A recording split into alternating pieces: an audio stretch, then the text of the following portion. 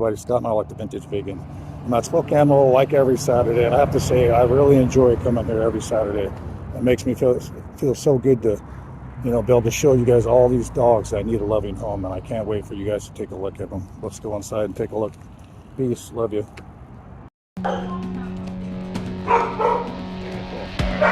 Take a good job, Mike.